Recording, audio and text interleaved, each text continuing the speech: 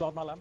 NKRI sejatinya harga mati, namun Pancasila kini justru terusik radikalisme dan ideologi transnasional yang tumbuh subur mengatasnamakan agama berujung teror. Dan yang memprihatinkan, radikalisme tidak hanya masuk ke kalangan profesional saja, tetapi juga di kalangan pendidikan. Bersama saya Teguh Parvinanda, di Mata Data kali ini kita akan ungkap fakta paham radikalisme.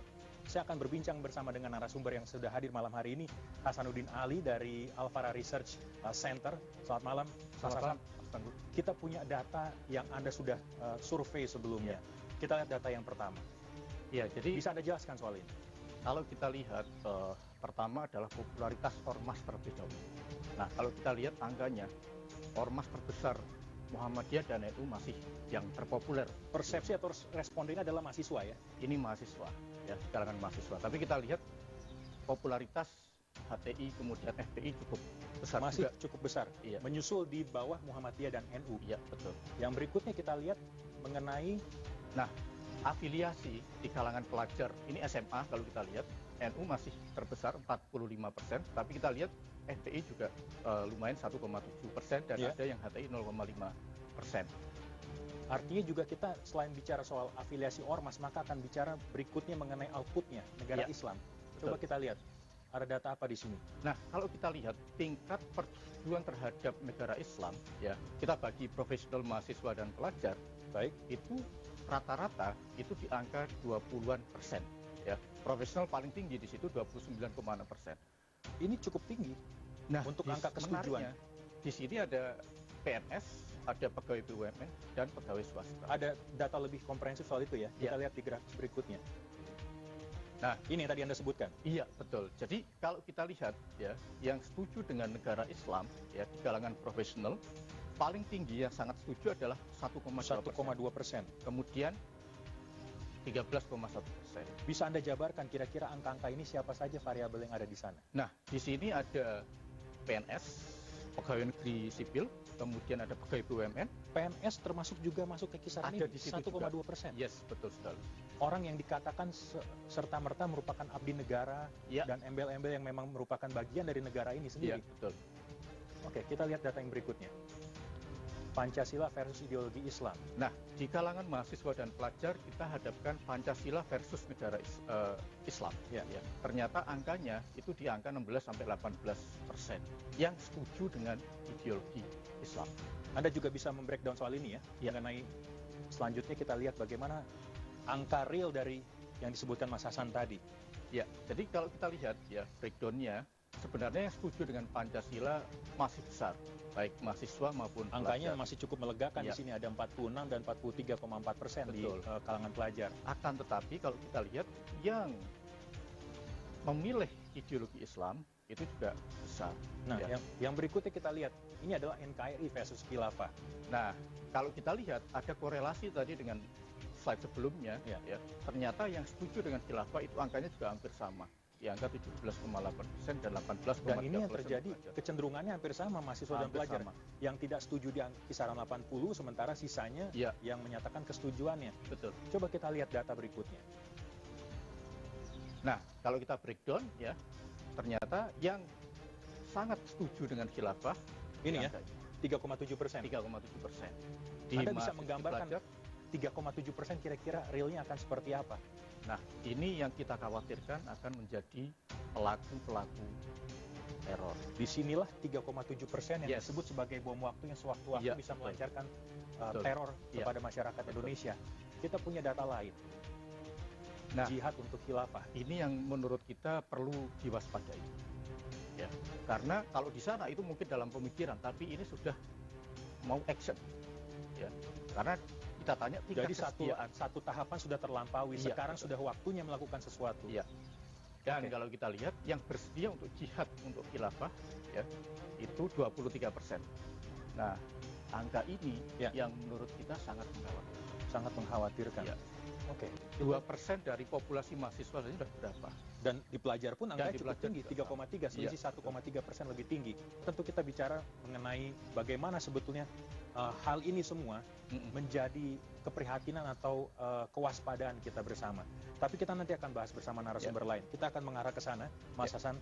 karena kita sudah bersama dengan Pak Irfan Idris, Direktur Radikalisasi dari BNPT, kemudian Pak Syafan Sauri, mantan penganut paham radikal. Selamat malam Bapak-Bapak. Assalamualaikum. Waalaikumsalam. Kita akan bicara mengenai data yang tadi, data yang sudah disampaikan oleh pihak Alfara Research Center. Tapi pertanyaan pertama saya akan saya tujukan ke Pak Irfan. Pak, ketika kita bicara soal peristiwa teror, terorisme dan lain sebagainya, ada kata kunci deradikalisasi. Di detik ini apakah gagal upaya tersebut dilakukan? Tidak ada kata gagal dalam membahas program deradikalisasi. Bagi yang belum paham bisa saja, tetapi deradikalisasi itu kata kuncinya ada 3.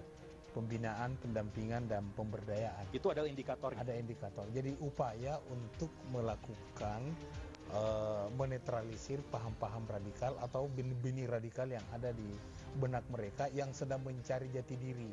Karena memang rata-rata dari data yang kita lihat, saksikan, dan saya kira sangat akurat data-data itu, kita harus akui bahwasanya generasi muda yang memiliki militansi yang tinggi, siapa yang masuk itu yang dia. Nah, sementara memang kita harus elaborasi istilah-istilah yang diangkat, misalnya jihad, ya, syariah, apa anak-anak ya muda yang ditanyai tentang jihad dan syariah itu adalah dia berada pada zona jihad yang komprehensif atau jihad seperti mindset orang yang sudah berada di Syria. Inilah kita lakukan pembinaan. Data ini sangat mensupport pemerintah, lembaga negara, apalagi BNPT menggagas koordinasi dan sinergitas 36 kementerian dan lembaga. Tentunya misalnya istilah jihad. Nah, kalangan pesantren harus menyuarakan ini. Jangan justru pesantren yang salah gunakan. Di mana berada di bawah pesantren?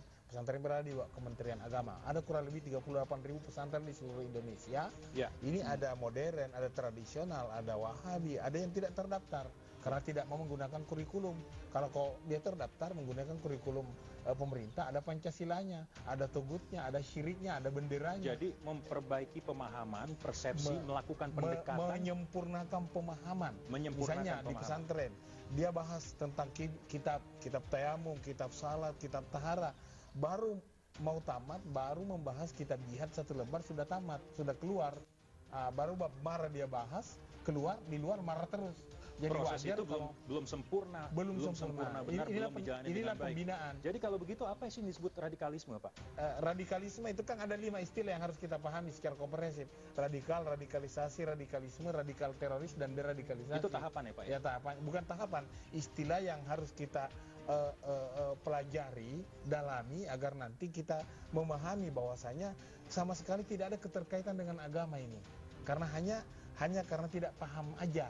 Radikalisasi prosesnya masih umum aja. Saya kira di kampus-kampus seorang mahasiswa harus radikal. Radikal itu kan ciri berpikirnya ada 3. Objektif, sistematis, universal. Bukan hanya lokal. Ya, objektif tidak subjektif, ya. Seperti itu. Nah, kemudian menjadi negatif karena dia radikalisme, menjadi paham. Radikalisme itu ada 4 kriteria. Dia ingin melakukan perubahan dengan cepat, masih bagus. Semua bangsa ini mau melakukan perubahan dengan cepat. Tapi ciri ketiga dan keempat ini tidak ada tempatnya. Bahkan binatang pun tidak menyukai. Apa itu, Pak? Yaitu menggunakan kekerasan dan mengatasnamakan agama. Agama yang dipahami secara tidak komprehensif dari lembaran-lembaran sejarah masa lalu, kemudian tidak runtun dengan perjalanan kemerdekaan bangsa Indonesia dengan perjuangan para pejuang minimal seperti Wali Songo bagaimana menyebarkan Islam dengan soft, dengan damai. Kenapa itu tidak dicontoh? Itu yang menjadi itu yang perlu berada di bawah radar BNPT. Nah, kemudian yang keempat radikal teroris karena ada radikal premanisme, ada radikal separatis, lain-lain semua bagiannya. Masuklah kita ke deradikalisasi. Deradikalisasi sebenarnya upaya membumikan syariat Islam. Kalau saya katakan seperti jadi itu. Jadi kalau kita bicara soal sesuatu yang bersifat klimaks, maka ini kita berusaha untuk betul. Kita terus melakukan karena radikalisme itu mungkin sejak manusia lahir, sejak Indonesia ada NI, ada JI, ada JAT dan berbagai macam nama organisasi. Sementara kita nanti kaget setelah 1 sampai 10, Pak. Proses deradikalisasi tadi sudah sampai dinilai berapa, Pak, saat ini? Kami tidak memberikan nilai. Kita tidak bisa mengatakan kita maksimal, tapi kita tidak juga mengatakan gagal. Karena ini proses berjalan. Ibarat orang yang sedang makan, langsung dihentikan tiba-tiba, dianggap kenyang. ini kita sedang berproses karena masih banyak saudara-saudara kita yang terpapar yang belum sempurna pemahamannya, perlu kita dekati. Yang saya kaget kalau tiba-tiba ada yang simpulkan. Tapi kalau dia katakan siapa aja yang ikut deradikalisasi, mari kita berbicara. Deradikalisasi bukan program untuk disimpulkan, bukan untuk dipuja, disanjung, tapi bukan untuk dicela juga. Karena ini adalah kebijakan pemerintah yang disepakati oleh wakil-wakil rakyat. Baik, saya ingin tahu juga pendapat orang yang pernah berada di situasi itu. Pak Sofyan, kalau Anda melihat, tidak usah jauh-jauh. Ini contoh deradikalisasi yang berhasil. Ini yang berhasil. Contoh yang baru kemarin, yang di Surabaya, keprihatinan kita bersama. Tapi dari peristiwa itu kita melihat satu fenomena baru. Ada keterlibatan perempuan, anak-anak bahkan. Anda melihat ada apa di balik ini? Ya, yang pertama sebetulnya pelibatan wanita dan anak-anak bukan yang pertama kali dalam dunia terorisme di dunia. Dulu pertama di Indonesia. Betul? Iya, untuk di Indonesia untuk yang pertama kali memang gitu. Istilahnya kalau dulu di chase-nya itu dikenal dengan Black Widow atau janda-janda hitam, yang mana mereka adalah istri daripada korban daripada suaminya yang meninggal dunia dalam konflik di chase-nya pada saat itu, sehingga mereka banyak mengadakan amaliyat istisyadiyah di Rusia atau di tempat-tempat yang lain untuk membalas dendam akibat kematian suaminya. Di Aceh kita dikenal dengan namanya Inong Bale misalnya seperti itu. Itu juga karena suaminya korban konflik, akhirnya mereka membalas dendam gitu. Nah, tetapi kalau kita lihat dari 500 operasi amaliyat istisyadiyah di Irak dan di Suriah, itu memang pernah melibatkan anak-anak dan wanita. Dan untuk di Indonesia baru kali ini. Itu yang pertama gitu. Yang kedua, pesan daripada amaliyat yang melibatkan anak-anak dan ibu-ibu itu sebenarnya memberikan pesan kepada laki-lakinya sesama komunitas mereka, bahwa mereka mengatakan kami telah mempersembahkan wanita dan anak-anak kami. Wahai kesatria, wahai laki-laki, mana kalian? Malulah kalian kepada wanita. Jadi pesan sesungguhnya ditujukan kepada kaum lelakinya. Itu sebenarnya sugesti untuk memacu, mentahrid, memotivasi bagi laki-lakinya untuk jangan malu dengan wanita dan anak-anak. Saya rasa pesannya seperti itu. Kalau kita lihat tadi pesan yang tadi juga diambil oleh data dari Alfara, ada pelajar dan mahasiswa disasar di situ. Bagaimana nanti kelanjutannya ketika kaum muda kita juga menjadi sasaran gerakan-gerakan semacam ini? Kita akan berbincang lebih lanjut nanti, dan pemirsa tetap bersama kami di Mata Data. Kami segera kembali saat lagi.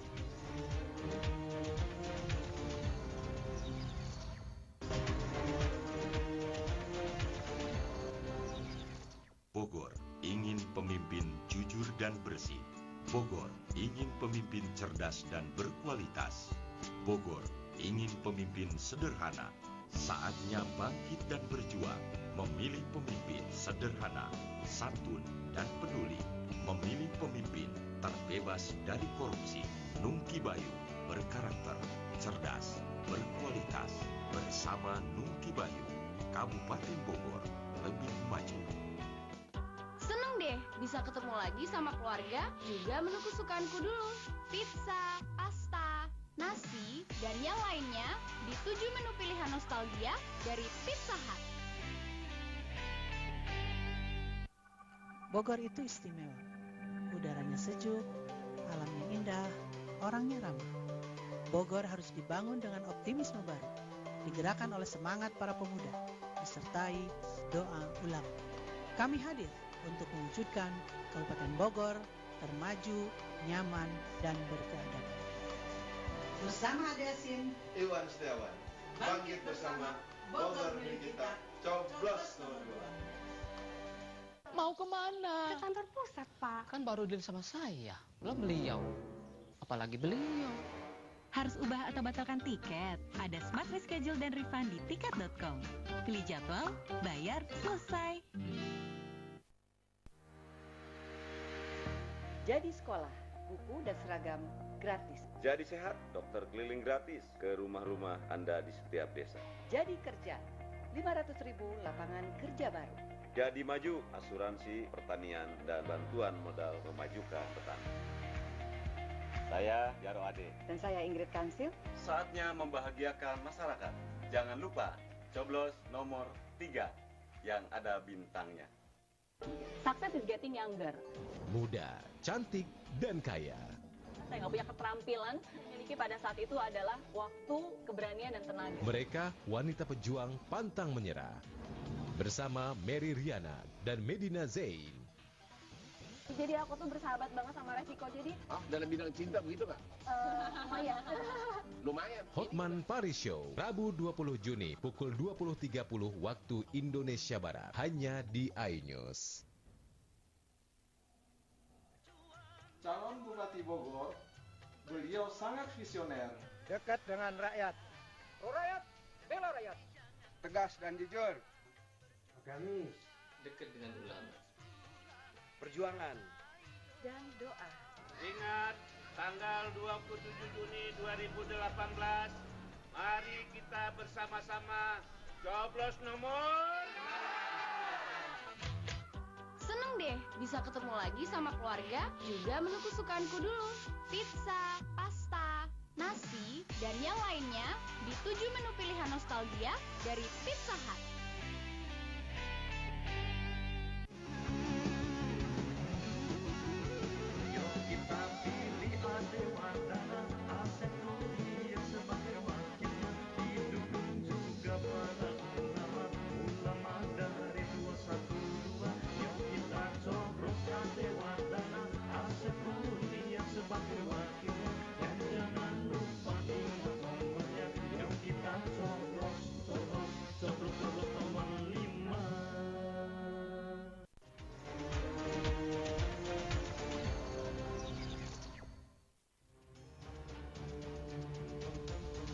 Kembali lagi di Mata Data, aksi radikalisme dan terorisme kian mengancam dan memicu adanya konflik agama di dalamnya. Kami masih bersama dengan 3 narasumber malam ini. Yang pertama saya langsung tujukan kepada 2 narasumber selain Mas Hasan, karena di Mas Hasan yang punya datanya. Ada pelajar dan mahasiswa, angkanya cukup besar ketika kita bicara soal bagaimana wawasan mereka soal jihad, Islam, negara Islam, khilafah, dan lain sebagainya. Pak Irfan, kaget nggak dengan data tadi? Angkanya, Pak? Kita kaget. Dan kalau dilakukan penelitian yang terbaru, saya kira termasuk masih hangat ini. Tetapi kalau kita penelitian terus, bisa di atasnya, bisa di bawahnya. Yang pasti, what to do, apa yang kita lakukan dari data-data ini? Jangan-jangan nanti lembaga-lembaga lain menyiapkan data, jangan terlalu banyak data, cukup data ini, mari kita perbanyak strategi. Karena BNPT menyiapkan strategi kebijakan dan program. Di antara strategi yang dirintis Pak Kepala BNPT adalah menggandeng kementerian dan lembaga. Di antara Undang-Undang 15/2003 yang sangat substansial untuk kita kembangkan ke depan adalah yang mereka-mereka ini strateginya adalah kita lakukan kontraradikalisasi. Jadi bagian lain, siapa yang harus karena kan tadi ada deradikalisasi, itu sasarannya napi teroris dan mantan dan keluarga. Ya, nah untuk anak-anak kita yang terpelajar ini, yang bahkan ASN, bahkan gurunya, bahkan terkadang disalahgunakan rohis dengan LDK, ya, padahal itu sangat bagus. Itu kita lakukan kontraradikalisasi. Kita butuh strategi bagaimana kita menguatkan imunitas mereka. Cara lain menguatkan imunitas mereka belajar mengelaborasi seluruh makna jihad, mengelaborasi seluruh makna hijrah, mengelaborasi kenapa ada istilah kafir, kenapa dengan mudah orang dikafirkan hanya karena berbeda paham. Nah itu menarik, ketika kita bicara soal bagaimana responden ini berbicara, pelajar dan mahasiswa, dari Alvara sendiri sudah melihat nggak ada variabel-variabel tertentu yang harus dipaparkan di sini, misalnya pemahaman mereka dan lain sebagainya. Ya, ini kalau kita lihat memang temuan soal radikalisme ini itu menguat di kelompok terdidik, ya. Dan kalau kita lihat mahasiswa dan pelajar adalah salah satu. Nah, memang kalau kita lihat, ya, variabel utama yang berperan di situ adalah soal pendidikan. Ya. Jadi bagaimana pendidikan ini mampu mengurangi faktor itu yang lebih penting sebenarnya. Pendidikan. Jadi saya juga tertarik untuk nanya ke Pak Sofyan. Kalau orang bilang biasanya berkaca atau dikembalikan ke soal ada ketidakadilan, ada soal kesenjangan sosial dan lain sebagainya. Sebagai orang yang pernah ada di situasi itu, Pak, Anda setuju? Iya, memang kalau kita berbicara tentang pemahaman terorisme, itu tidak lepas daripada isu global kaum muslimin saat ini, dari peristiwa Palestina, Bosnia, invasi Afghanistan dan juga ke Irak, ya, Rohingya dan lain sebagainya. Jadi itu akan menggugah. Saat ini zaman era digital informasi. Peristiwa di Palestina, peristiwa di Chechnya atau di Bosnia bisa kita update sampai hari ini. Dan itu akan berpengaruh pada pola pikir dan karakter umat Islam di Indonesia. Saya rasa ini sebuah tantangan ya, dari data-data tentang jihad, tentang khilafah dan sebagainya. Ini sebuah tantangan bagi bangsa dan negara ini untuk membuat narasi-narasi penyeimbang. Karena kita lihat generasi milenial saat ini ketika dia men-searching tentang jihad, tentang khilafah, kita tidak temukan kepada situs-situs yang dikelola oleh ormas-ormas yang punya daya toleransi dan memahami ruang namanya Indonesia. Tapi ketika kita searching, kita malah melihat justru banyak kelompok-kelompok atau komunitas yang intoleran. Ini persoalannya. Ke depan, seperti Muhammadiyah dan NU, itu harus punya narasi-narasi tentang jihad, narasi-narasi tentang khilafah, yang itu memahami tentang kearifan lokal dan memahami tentang namanya bingkai keindonesiaan. Saya rasa itu. Coba kita tanya ke BNPT, sudah ada Pak narasinya seperti disebutkan Pak Sofyan tadi?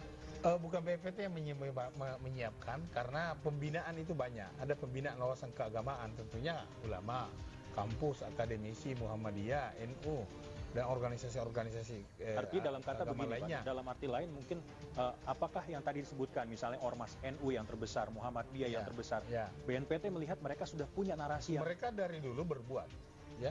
Mereka Muhammadiyah berapa sekolahnya, NU berapa pesantrennya. Lewat sekolah lembaga-lembaga pendidikan seperti itu ditanamkan wawasan kebangsaan, bagaimana pemahaman keagamaan yang mengindonesia, bagaimana kita memperkaya lembaran-lembaran sejarah perjuangan bangsa, tokoh-tokoh bangsa kita menyiarkan agama Islam, kemudian bagaimana saling menghargai perbedaan. Ada istilah yang biasa kita dengarkan, ada tawasud, ada tasamu, ya. Kemudian ada ta'awun, saling menolong. Ini kan narasi-narasi alternatif yang perlu kita besarkan tanpa menggubris ideologi radikal yang digagal pahamkan. Kalau mereka benar paham, saya kira sama dengan misi yang diemban oleh NU, Muhammadiyah, akademisi, kampus, pesantren. Semua pesantren-pesantren itu kan belajar, ya, bagaimana kita menghargai, bagaimana kita mempersiapkan jati diri anak kita, agar jangan nanti setelah dewasa atau dalam pencarian jati diri dia ketemu dengan ideologi radikal, dengan mudah dia ikuti karena tidak ada pilihan. Sampai di situ saya melihat sebetulnya sudah ada kematangan konsep, Pak. Ya. Tapi kalau di sisi seberang, ketika ada pihak-pihak berpendapat miring mengatakan, oh ketika ada peristiwa teror terjadi ini settingan, ini ada sesuatu di sini, kita perlu memberikan tanda tanya besar. Ya. Anda berpendapat seperti apa? Itu kalau kita harus tegas bahwasanya itu bukan settingan, tidak ada rekayasa, tidak ada konspirasi, malah teroris yang senang kalau dikatakan seperti itu, karena ini nyata. Karena orang yang mengatakan settingan-settingan itu, kecolongan mereka misalnya, tidak, istilah-istilah seperti itu mereka tidak paham perjalanan dan perjuangan kerja-kerja intelijen dan kerja-kerja kelembagaan negara lainnya, ya. Karena orang jadi teroris itu tidak tiba-tiba, dia jadi radikalisme melahirkan terorisme. Pertanyaannya kenapa orang jadi radikal? Banyak faktor, itu tadi ya antaranya diungkap oleh Ustaz Sofyan. Ada pendidikan, ada kemiskinan, ada ketidakadilan, ada arogansi negara adidaya yang terus-terus menghajar kelompok-kelompok tertentu, yang lainnya marah. Tetapi negara kita kan ada aturan, tidak selesai semuanya itu. Ketidakadilan tidak akan hilang kalau kita melakukan aksi teror. Justru kalau mau mendirikan negara Islam jangan bunuh diri, ya. Maka tidak akan tercapai konsep. Karena Indonesia ini sudah mendarat menjadi negara yang Islami dari dulu. Kita menghargai orang yang berbeda dengan pandangan dengan kita. Itu ajaran Islam, ajaran syariat Islam. Memelihara jiwa, memelihara akal, memelihara keturunan, harta, dan agama, itu adalah syariat Islam. Dan itu kita pelihara di Indonesia. Dan kemungkinan untuk terpapar sangat besar untuk siapa saja. Pak Sofyan, ketika misalnya anak kita ditanya tentang masalah rokok atau masalah tentang hukumnya musik. Nah, anak-anak muda zaman sekarang, generasi-generasi instan yang baru misalnya mendapatkan training sehari 2 hari, dia mengatakan ini haram, ini tidak boleh. Dan perkataan-perkataan kaul sharih atau disebutkan kaul tegas dan kaul qat'i atau kaul perkataan yang pasti itu diungkapkan secara berulang-ulang. Seakan-akan tidak ada lagi pendapat-pendapat yang lain. Beda dengan ketika thalabul ilmi, seorang pelajar yang mengetahui tentang nilai-nilai tasamuh tadi yang disebutkan oleh profesor, bahwa ketika dia mengatakan apa hukumnya musik misalnya, dia akan mengatakan aqwalu fihi. Di dalamnya terdapat pendapat yang mengharamkan begini, pendapat yang membolehkan begini, pendapat yang memakruhkan seperti ini.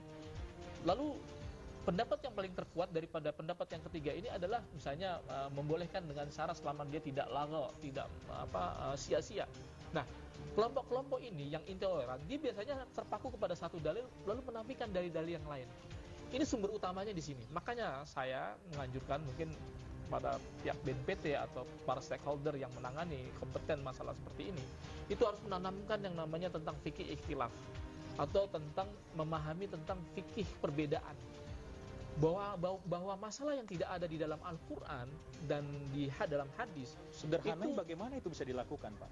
Iya, harus memahamkan masalahnya. Kenapa NU kalau kita lihat termasuk kelompok ormas yang sedikit resistensinya daripada pemahaman radikal, karena memang diajarkan sistem pendidikannya, sistem tarbiyahnya itu sudah ditanamkan makna tentang toleransi. Rasamu itu kuat di sana. Tapi bagi kelompok-kelompok yang cenderung kena doktrin, itu cenderung dia hanya memahami satu dalil saja, menafikan dalil-dalil yang lain. Ini berkembang sebetulnya di kalangan pelajar kita, mahasiswa kita dan sebagainya. Inilah cikal bakal. Akhirnya ini berkembang menjadi lebih luas, akhirnya mereka memang rentan terhadap pemikiran-pemikiran radikalisme dan terorisme. Keberadaan NU Muhammadiyah yang punya resistensi cukup tinggi, bahkan sangat tinggi terhadap radikalisme, seharusnya menjadi kabar melegakan.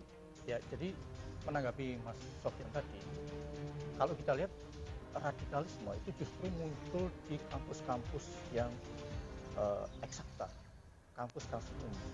Dan di sana itu tidak ada dialektika. Kenapa begitu? Karena arus informasi terkait tadi fikih ikhtilaf tidak ada di sana. 1 tambah 1 ya 2. Tidak ada pilihan lain. Jadi ini adalah pemuasan dari dahaga mencari ilmu yang lebih tinggi. Betul sekali.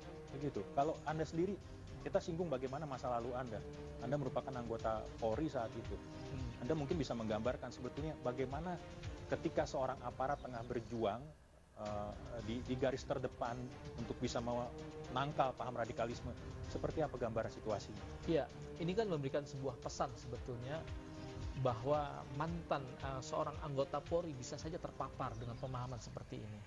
Ada kemarin kita lihat ada Joko Wioho, mantan Direktur Otorita Batam, pejabat eselon 2. Lalu ada lagi anak buahnya Menteri Keuangan kita, Sri Mulyani, itu eselon 4 dan sebagainya. Artinya ini memberikan pesan buat kita, tidak ada yang pernah merasa aman terhadap pemikiran-pemikiran radikalisme. Siapa saja bisa kena terpapar dengan pemikiran seperti ini. Maka untuk itu perlu kita memperkuat daya imunitas kita di dalam menangkal pemikiran-pemikiran seperti ini. Dengan apa? Dengan pelajaran edukasi, bisa melalui sebuah kurikulum atau melalui edukasi-edukasi yang lainnya, yang kita lebih menghargai perbedaan. Saya rasa cikal bakal embrio daripada pemikiran terorisme itu adalah masalah intoleransi. Saya tidak bermaksud pesimis, tapi di tengah upaya yang sedemikian besar, Pak Irfan, tapi ada juga kita menghadapi challenge, tantangan. Kita bicara arus informasi, bukan hanya soal paham radikalisme, tapi bahkan sekarang cara membuat bom pun ada.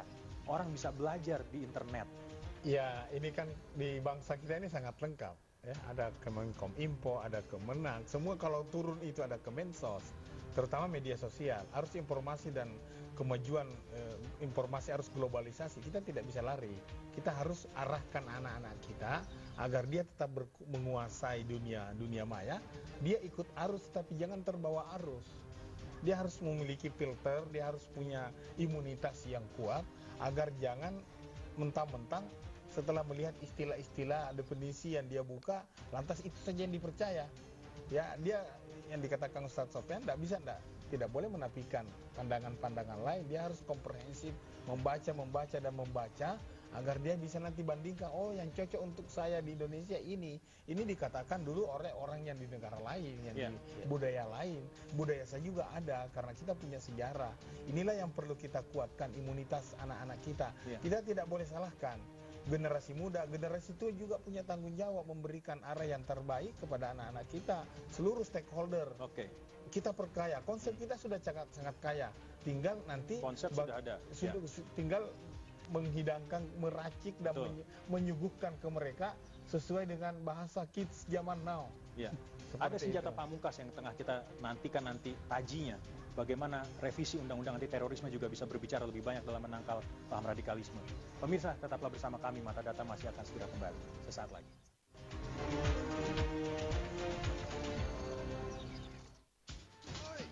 Hangatnya rasa rindu membuat hati bergerak. Seperti Counter Pain Patch. Hangat berkualitas, bantu redakan nyeri otot. Counter Pain dipercaya selama 45 tahun. No pain, no gain. Selamat Idul Fitri. Untuk masalah otot sehari-hari, cukup oleskan Counter Pain. Langsung meresap, hangatnya tahan lama. Counter Pain membantu meredakan nyeri otot. Mau kemana? Raja Ampat.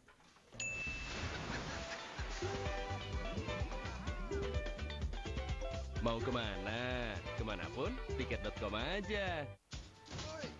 Hangatnya rasa rindu membuat hati bergerak. Seperti Counter Pain Patch. Hangat berkualitas, bantu redakan nyeri otot. Counter Pain dipercaya selama 45 tahun. No pain, no gain. Selamat Idul Fitri. Untuk masalah otot sehari-hari, cukup oleskan Counter Pain. Langsung meresap, hangatnya tahan lama. Counter Pain membantu meredakan nyeri otot. Kenapa hidupnya gini-gini, teuing? Menikah asli. Sebut permintaan kamu. Saya mau desa saya maju. Bisa. Kalau yang begitu mah, saya nggak bisa, Desa saya mah cuma aktor. Terus, siapa tuh yang bisa? Ridwan Kamil dan UU punya program unggulan untuk pengembangan desa. Coblos nomor 1 untuk Jabar Juara. Jangan bimbang, dasi merah pilihan kita. Hayu urang nyoblos anu nomor 2. Jangan pantang buka jendela, sudah datang sang pemimpin pilihan urang sadayana.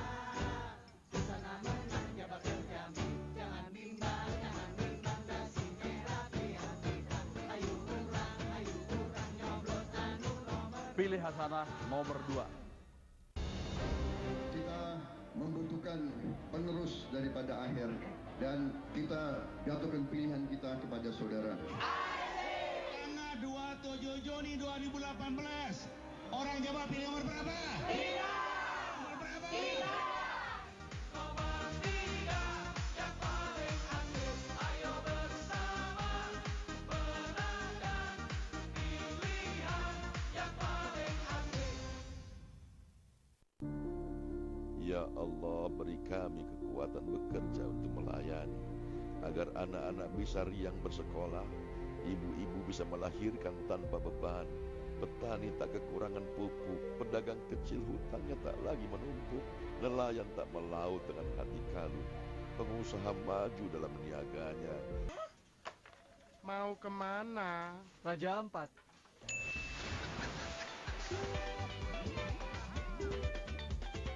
Mau kemana? Kemanapun, tiket.com aja.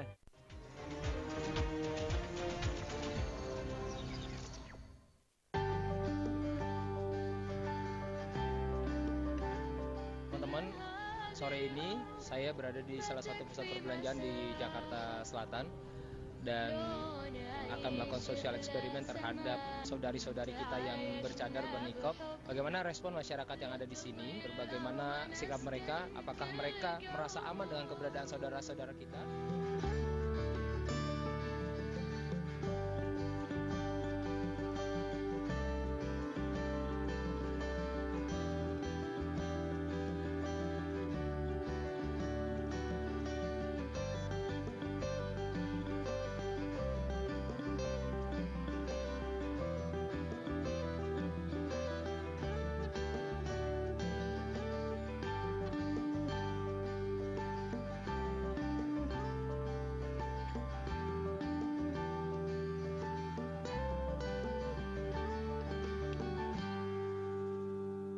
Lagi di mata data, berbagai aksi terorisme tentunya membuat masyarakat menjadi takut dan khawatir. Bagaimana upaya dari pemerintah untuk menekan radikalisme dan terorisme di Indonesia? Kami masih bersama dengan para narasumber di studio. Pak Irfan, yang terbaru ada revisi Undang-Undang Anti Terorisme. Anda menilai sebagai orang dari BNPT tentunya, seurgensinya seperti apa sih sampai harus ada revisi undang-undang ini? Ya, kita bersyukur atas disahkannya Undang-Undang 15 2003 tanggal 25 Mei 2018 lalu. Ya.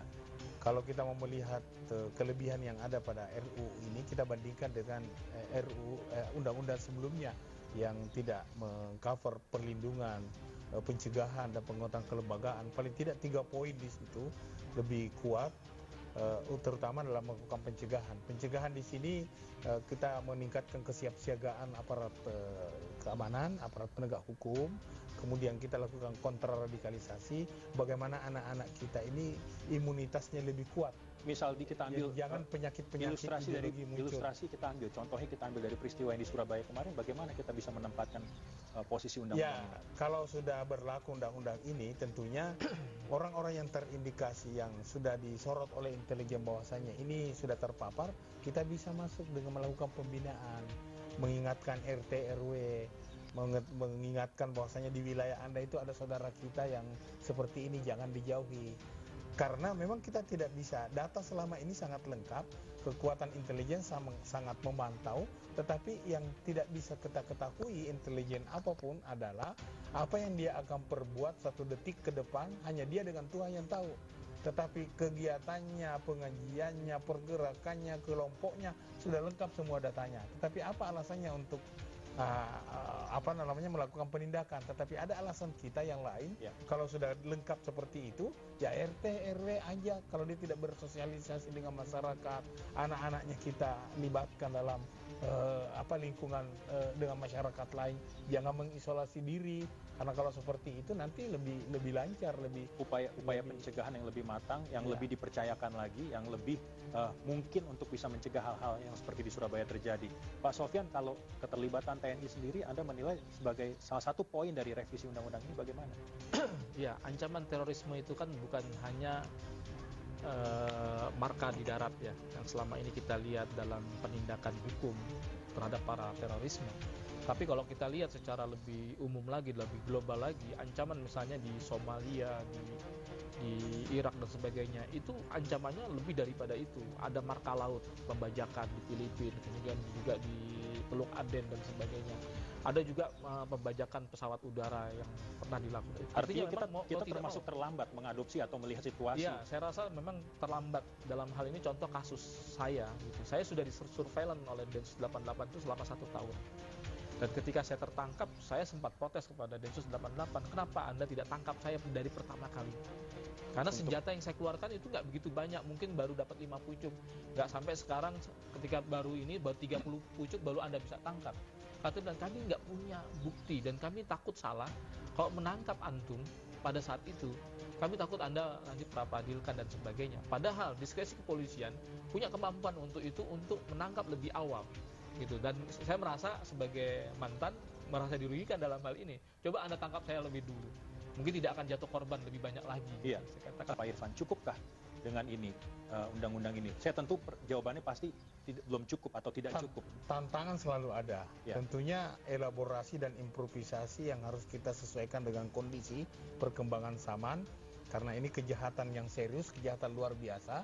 Artinya kita butuh strategi, kebijakan dan program yang luar biasa. Paling tidak kita sudah berbuat untuk mengingatkan seluruh stakeholder bahwasanya ini musuh kemanusiaan. Siapapun diserang, tidak memilih merek. Mungkin hari ini polisi karena itu yang dianggap menghalangi. Tapi besok-besok kalau orang tuanya menghalangi, orang tuanya pun dikafirkan. Orang tuanya dikafirkan. Anda melihat juga saat ini keluarga menjadi salah satu fondasi yang paling penting. Jangan-jangan juga ini sudah menjadi sasaran dari para penganut paham radikalisme, Pak Sofyan. Iya, keluarga tetap mempunyai peran yang sangat penting di dalam mencegah. Komunikasi antara seorang ibu dengan anak, ayah kepada anak-anaknya, ini juga menjadi sarana media yang cukup efektif di dalam menangkal pemikiran radikalisme dan terorisme. Saya rasa orang tua juga harus peka ketika melihat perubahan yang besar. Ya, kita juga bukan saja dituntut untuk senang ketika melihat ada perubahan yang baik kepada anak kita, tapi kita juga harus peka juga bagaimana pemahaman dia tentang perubahan keagamaan dan sebagainya. Ini perlu tentu kita mempunyai beberapa instrumen yang penting, bagaimana mengidentifikasi bahwa ini terpapar atau tidak, radikalisme atau tidak, ini juga sangat penting. Perlu ada treatment-treatment khusus yang harus dibuat oleh negara agar kita punya daya imunitas di dalam menangkal pemikiran ini. Setelah paham di negara asalnya, ISIS sih Pak, kita lihat juga bagaimana pergerakannya saat ini udah makin terpojok. Apakah itu artinya bergeser ke Asia Tenggara, ke Indonesia? Ini menjadi kekhawatiran kita juga akhirnya. Itu kan perintah Abu Bakar al-Baghdadi untuk memerintahkan kepada semua simpatisannya, bukan ISIS-nya, karena tidak ada ISIS di Indonesia. Yang dua itu adalah Islam dan Irak, bukan Indonesia. Yang ada banyak adalah simpatisannya karena sama-sama ideologinya, ideologi radikal yang ingin mendirikan khilafah, menolak Pancasila, mengkafirkan pemerintah dan seluruh masyarakat yang tidak sealiran dengan mereka. Ini anjuran untuk berjuang di mana saja mereka berada, karena mereka sudah merasa terpuruk, sudah kalah dari serangan pasukan koalisi. Jadi dia liriklah negara-negara yang berpotensi untuk menjadi penerus dari perjuangan dari ideologi-ideologi radikal ini. Kita ingin coba memahami apa yang ada di benak para simpatisan ini, Pak Sofyan. Apakah serta mereka akhirnya memutuskan, oke, saya ingin berjihad langsung berangkat ke Irak atau Suriah, atau memutuskan jihadnya lebih baik dilaksanakan di tanah kelahirannya sendiri? Iya, ketika 2015 saluran-saluran untuk masuk ke dalam Suriah dihambat, maka banyak yang mereka memang dideportasi ke Indonesia atau ke negara-negara asal mereka di Amerika dan di Eropa. Tetapi kemudian muncul fatwa dan himbauan daripada Abu Bakar al-Baghdadi dan juga Abu Muhammad al-Adnani, juru bicara daripada kelompok ISIS atau Daesh ini, yang mana mereka mengatakan jikalau Anda tidak bisa berjihad di Suriah atau di Irak, maka berjihadlah kalian di negeri kalian. Itu akhirnya ini menjadi sebuah ancaman buat kita bahwa mereka yang tidak bisa berjihad di sana akhirnya melakukan jihad yang ada di negara-negara asal mereka yang mereka tidak bisa berangkat ke sana, dan ini menjadi sebuah ancaman sebetulnya. Dan kemudian himbauan fatwa ini sepertinya juga diakomodir oleh kelompok-kelompok yang merasa bagian daripada kelompok ini. Oke. Nah, kalau kita Mas Hasan ini cukup nggak kira-kira kita lihat bagaimana simpatisan ISIS ini sudah bisa mempengaruhi orang untuk berbuat sesuatu yang mereka inginkan? Nah, begini, jadi yang justru kita khawatirkan itu adalah pada anak-anak muda kita sebenarnya, yang melihat bahwa aksi teror ini adalah bentuk dari jihad Islam yang sesungguhnya. Nah, ini yang mungkin menurut kita harus diantisipasi oleh pemerintah.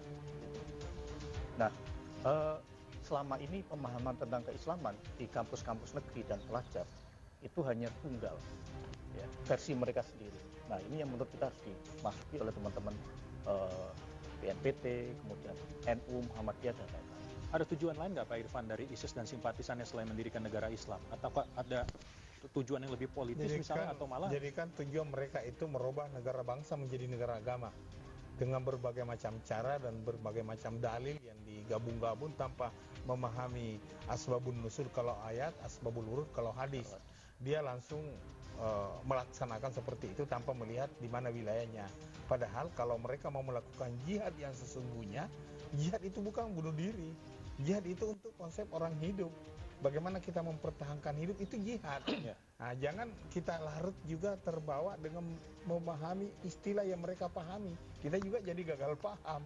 Jadi jihad, hijrah. Hijrah itu transformasi, upaya berpindah dari negeri yang kacau ke negeri damai, atau negeri damai ke negara yang lebih damai. Dan saya kira Indonesia lebih damai dari negara-negara yang berkonflik. Tidak jelas di sana siapa lawan dan siapa kawan. Tidak ada agama di sana. Hanya di cover aja supaya orang-orang yang galau beragama akhirnya bersimpati, tidak paham konsep. Akhirnya dia dengan militannya, dengan semangat yang berapi-api, dia berangkat ke sana, tetapi tidak sedikit yang kecewa. Pulang dari sana bercerita apa yang terjadi sesungguhnya, akhirnya ya tidak sedikit juga yang sudah kembali dan tidak memiliki militansi untuk berangkat berapi-api. Ya, bagaimana kita berusaha bekerja untuk mempertahankan keluarga, anak-anak kita, mendidik, itu kan jihad juga. Bagaimana keberadaan dari orang-orang seperti Pak Sofyan ini? Mereka yang sudah melihat kenyataan yang sesungguhnya tidak seindah yang dibayangkan. Inilah yang kita istilahkan dalam Undang-Undang 15 2003, kontra radikalisasi yang terbaik kepada 3 bagian. Ada kontra narasi, bacaan-bacaan diperbanyak, ya. Kemudian kontra propaganda positif. Jangan yang di media-media sosial, situs-situs radikal itu yang dibesarkan. Kita harus besarkan apa fakta yang terjadi sebenarnya di sana. Kemudian kontra ideologi, kita harus besarkan ideologi Pancasila, bukan agama dijadikan ideologi, karena Indonesia sudah menjadi negaranya orang beragama, bukan negara agama. Nah, inilah yang mau dirubah menjadi dari negara bangsa menjadi negara agama, bukan kewarga agamaan yang kita miliki, tapi kewarga negaraan. Bagaimana upaya pemerintah untuk bisa menekan angka atau paham radikalisme? Mata Data masih akan segera kembali sesaat lagi.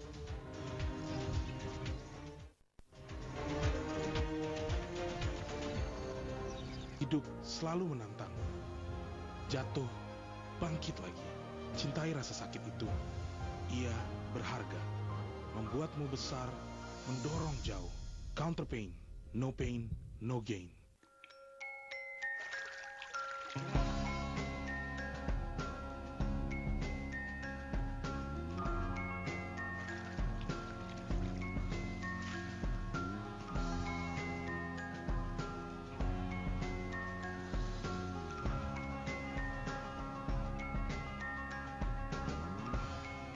Yuk, sejak dini jadi pahlawan bumi kita dengan menghemat air. Sukses itu ditentukan oleh kerja keras, proses, dan idealisme. Memilih partner ideal yang mendukung setiap langkah kita. Yamaha Lexi, smart is the new sexy. Seksi Lexi, Yamaha. Saya makin di depan. Mau kemana? Ke kantor pusat, Pak. Kan baru deal sama saya. Kenapa hidupnya gini-gini, teuing? Menikah asli. Sebut permintaan kamu. Saya mau desa saya maju. Bisa. Kalau yang begitu mah, saya nggak bisa, Saya mah cuma aktor. Terus, siapa tuh yang bisa? Ridwan Kamil dan UU punya program unggulan untuk pengembangan desa. Coblos nomor 1 untuk Jabar Juara. Jangan bimbang dasi merah pilihan kita. Hayu urang nyoblos anu nomor 2. Jangan pantang buka jendela, sudah datang sang pemimpin. Pilihan urang sadayana. Di sana menang jabat terjamin. Jangan bimbang dasi merah pilihan kita. Hayu urang nyoblos anu nomor 2. Pilih Hasanah nomor 2. Kita membutuhkan penerus daripada akhir dan kita jatuhkan pilihan kita kepada saudara. Tanggal 27 Juni 2018. Orang Jawa pilih nomor berapa? Nomor berapa? Nomor 3 yang paling asik. Ayo bersama menandang pilihan yang paling asik. Ya Allah, beri kami kekuatan bekerja untuk melayani, agar anak-anak bisa riang bersekolah, ibu-ibu bisa melahirkan tanpa beban, petani tak kekurangan pupuk, pedagang kecil hutangnya tak lagi menumpuk, nelayan tak melaut dengan hati kalut, pengusaha maju dalam niaganya, pekerja layak mendapatkan upahnya. Bimbing kami ya Allah. Amin.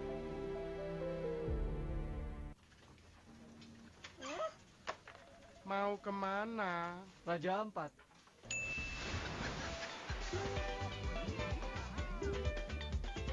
Mau kemana? Kemanapun, tiket.com aja.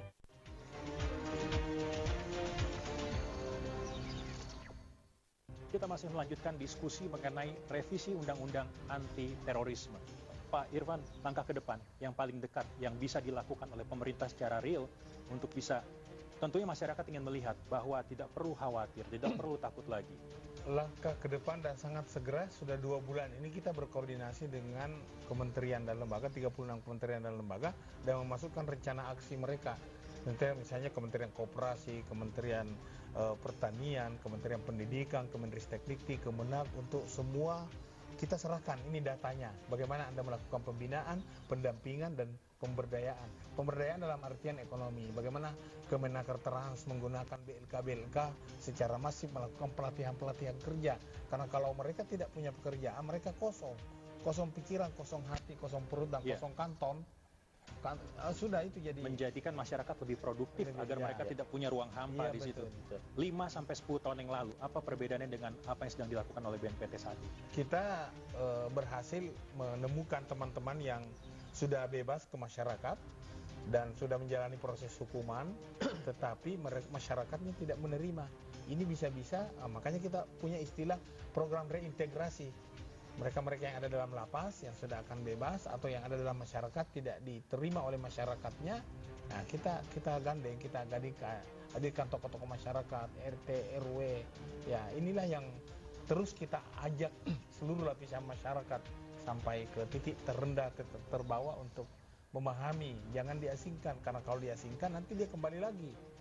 Jadi ini juga bukti nyata bahwasanya pemerintah terus mengajak seluruh lapisan masyarakat untuk bersama-sama memahami bahwasanya secara kultur bukan tanggung jawab TNI Polri menghadapi itu, karena ini adalah musuh kemanusiaan, musuh negara, musuh kemanusiaan, musuh lintas negara, dan kejahatan luar biasa dan kejahatan yang sangat serius. Berkaca pada kasus yang Anda alami sendiri Pak Sofyan, atau bahkan mungkin Anda sudah bertukar informasi dengan kawan-kawan yang lain, apakah betul ada merasa terasing, merasa tidak diperhatikan, tidak dipedulikan dan lain sebagainya? Iya, stigma teroris bagi para ex narapidana terorisme memang berat gitu. Bahkan saya mengalami sendiri, sudah 5 kali saya terusir oleh warga karena stigma ini. Pertama sebelum saya tertangkap, lalu kemudian ketika saya tertangkap itu sudah 5 kali diusir oleh warga gitu, dan kita tidak ingin ini terjadi lagi. Maka betul apa kata Profesor, para expatriate yang sudah sadar dan mereka sudah membuktikan rasa bersalah mereka dan bahkan membantu pemerintah dalam kampanye perdamaian, menunjukkan Islam yang damai, yang sejuk. Saya rasa ini perlu diapresiasi dan perlu didukung. Bicara soal aparat kita, Pak Sofyan, sudah sekuat apa mereka lahir batin untuk bisa memerangi aksi terorisme ini? Kita tahu Polri, Panglima TNI punya komitmen yang sangat tinggi terhadap masalah yang satu ini. Iya, hal itu harus didukung oleh payung hukum yang kuat. Saya rasa undang-undang terorisme yang baru ini, revisi, itu sudah mengakomodir dan sudah memberikan payung yang tepat, sehingga kedepannya dengan undang-undang tersebut Polri dan TNI lebih bisa optimal dan mengantisipasi terhadap tumbuhnya gerakan-gerakan seperti ini. Dan kita lihat juga bagaimana trafficking di dunia maya yang begitu masif ya, isu-isu apa saja bisa dijadikan, digoreng sebagai kepentingan politik dan sebagainya, dan ini sangat tidak bagus karena semakin kacau, tidak ada hukum, sehingga negara menjadi negara gagal dan kacau dan itu akan menyebabkan sebetulnya pemikiran terorisme ini akan tumbuh subur di negara-negara yang memang kacau seperti di Irak dan di Suriah. Dan kita tidak ingin Indonesia yang sangat beragam, yang menyimpan banyak potensi itu terancam dengan konflik-konflik seperti di Timur Tengah, dan ini menyebabkan pemikiran-pemikiran terorisme yang pernah kita adopsi dulu menjadi tumbuh subur. Terorisme mungkin dituntaskan, Pak Irfan? Dimaksimalkan. Harus upaya pemberantasannya, upaya pencegahan itu. Pencegahan itu. Sebenarnya dunia mengakui Indonesia sudah menyelesaikan, karena terorisme itu kan ada teror, ada isme. Teror itu bagiannya aparat, semua diringkus, semua ditangkap, semua dibawa ke pengadilan. Saya tertarik dengan pernyataan Anda barusan, dunia mulai melihat mengakui keberhasilan Indonesia. Dunia mengakui keberhasilan aparat kepolisian, bahkan dunia belajar dari Indonesia tentang role model deradikalisasi yang kita lakukan. Negara-negara lain ingin belajar apa sih itu pendekatan yang lembut, pendekatan yang lunak, soft approach, karena mereka tidak punya. Mereka tidak ada kata pengadilan, ada yang terduga teroris masuk langsung ke tahanan. Tugas bersama untuk pemerintah, semua elemen pemerintah bahkan, termasuk juga melibatkan masyarakat. Betul. Tapi sebagai konduktor, kalau saya boleh katakan begitu, BNPT, kira-kira apa yang diharapkan oleh BNPT saat ini bisa dilakukan masyarakat, katakanlah seperti itu? Kita sangat berharap ada kerjasama. Selama ini kan sudah ada, tapi masih sama-sama kerja. Sama-sama kerja, kita mau kerjasama agar jangan saling menyalahkan. RT, RW harus tahu berapa kontrakan di wilayahnya, siapa aja yang tinggal di situ. Orang tua sendiri, anak-anaknya rajin ke masjid, tapi ternyata gurunya cuma satu, kitabnya cuma satu, pulang-pulang dikafirkan orang tuanya. Jadi ini masalah kemanusiaan, masalah kebangsaan, bukan kepekaan juga kita terhadap lingkungan. Bagaimana ada perubahan yang terjadi dalam hari-hari. Bagaimana melakukan reintegrasi. Banyak kasus mantan teroris, mantan napi teroris kembali berusaha, tapi masyarakat menolak mereka. Jadi masyarakat juga tidak boleh dibiarkan. Jangan disalahkan terus seru mantan teroris sudah mau berubah. Ya kalau tidak diterima nanti dia frustrasi. Oh, kalau begitu tidak apa-apa. Saya jadi teroris beneran, masyarakat tidak terima saya. Sosial, politik, hukum, semua harus terlibat di situ, semua elemen, semua harus menjadi dari faktor hulu ke hilir, keberhasilan. holistik. Ya, semesta integratif. Terima kasih Pak Irfan untuk penjelasannya. Mas Hasan, Pak Sofyan juga terima kasih sudah bergabung bersama Mata Data malam hari ini. Dan pemirsa, itu tadi perbincangan kita pada malam hari ini. Kita akan berjumpa kembali di pekan depan. Saya Teguh Parminanda. Selamat malam.